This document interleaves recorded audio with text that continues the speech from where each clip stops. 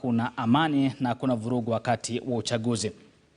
Na tukisalia katika masuala ya BBI, huku IEBC ikiendelea kuidhinisha sahihi za BBI, mbunge wa Kangundo ambaye pia anaketi katika kamati ya kuidhinisha katiba CIOC, Bwana Fabian Chulemuli, amewaonya wanasiasa kuwa makini wanapojadili masuala ya BBI kwamba ilipo sasa inaweza kuwa na mabadiliko fulani.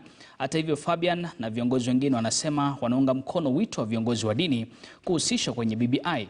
Walikuwa wakizungumza siku ya jana walipohudhuria ibada katika kanisa la AIC Katani, kaunti ya Machakos. Warning all politicians in this country.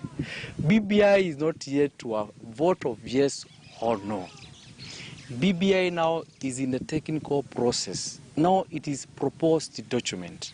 A proposed document can be changed and can be altered.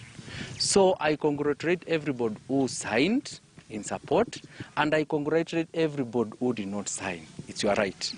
Yes. So now where we are going about BBI, we are going to draft referendum laws with articles. So when we come to a consensus that the BBI needs articles, that's where we'll come to have a book with Article 1, Article 2, maybe it goes to Article 250. Those be as how the drafters of BBI, they are going to draft it. If they draft and say that we are going to go with the Act of Parliament, it will be with sections. So it will come a time where now we'll say that I don't support Section 52. I don't support Article 52, so I say no. I support Article 82, so I say yes. So we are not yet there.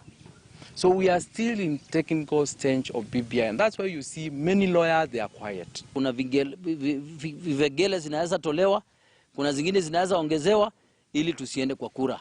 Maana tukienda kwa kura itakula pesa mingi ya Kenya, na Kenya kuna shida sahihi. Sahihi hakuna dawa ya kutibu corona. Sahihi watoto wamerudi shule, mashule hazijapatiwa pesa.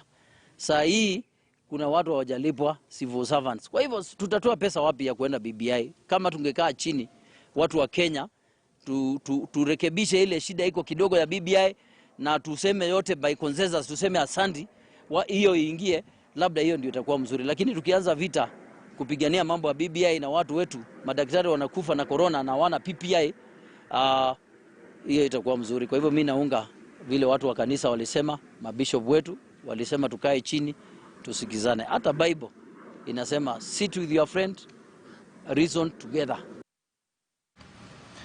Na katibu mwandamizi katika Wizara ya Uchukuzi Bi Wavinya Ndeti amemkashifu naibu rais